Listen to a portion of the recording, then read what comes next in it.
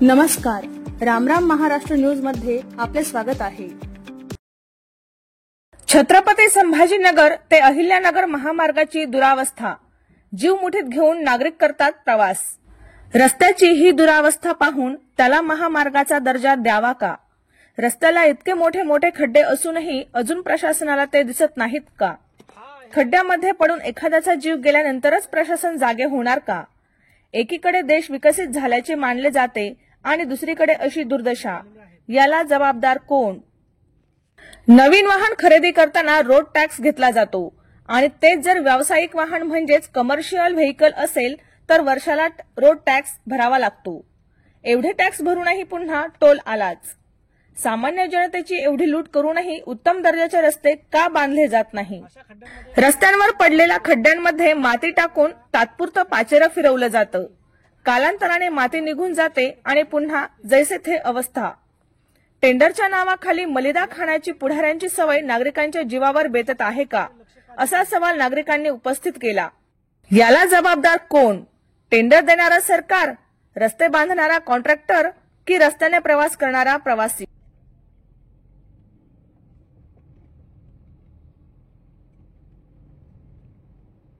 रस्त्याच्या दुर्दशेमुळे हे वाहन या ठिकाणी बंद पडलेलं आहे। हा मोठा कंटेनर बंद पडल्यामुळे इथे ट्रॅफिक मोठ्या प्रमाणात पाठीमागे होत चाललेला आहे।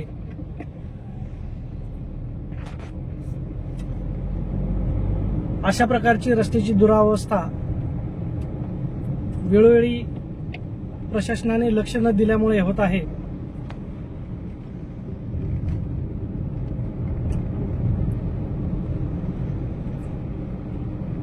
आणखीन किती नागरिकांचे जीव हे सरकार घेणार आहे, असा सवाल या ठिकाणी नागरिकांनी उपस्थित केला।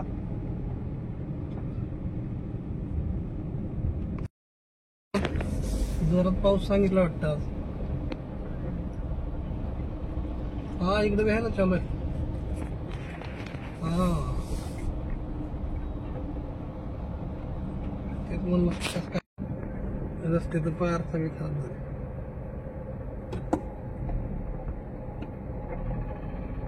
चालतं, बाकी ठीक।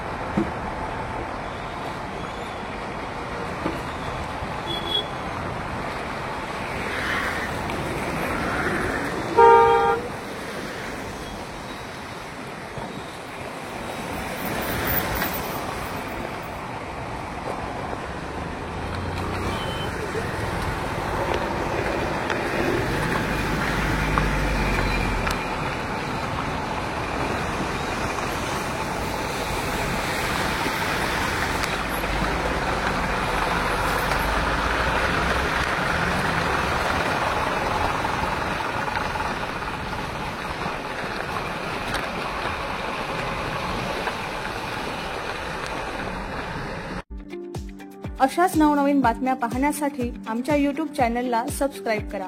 फेसबुक आणि Instagram पेजला फॉलो करा.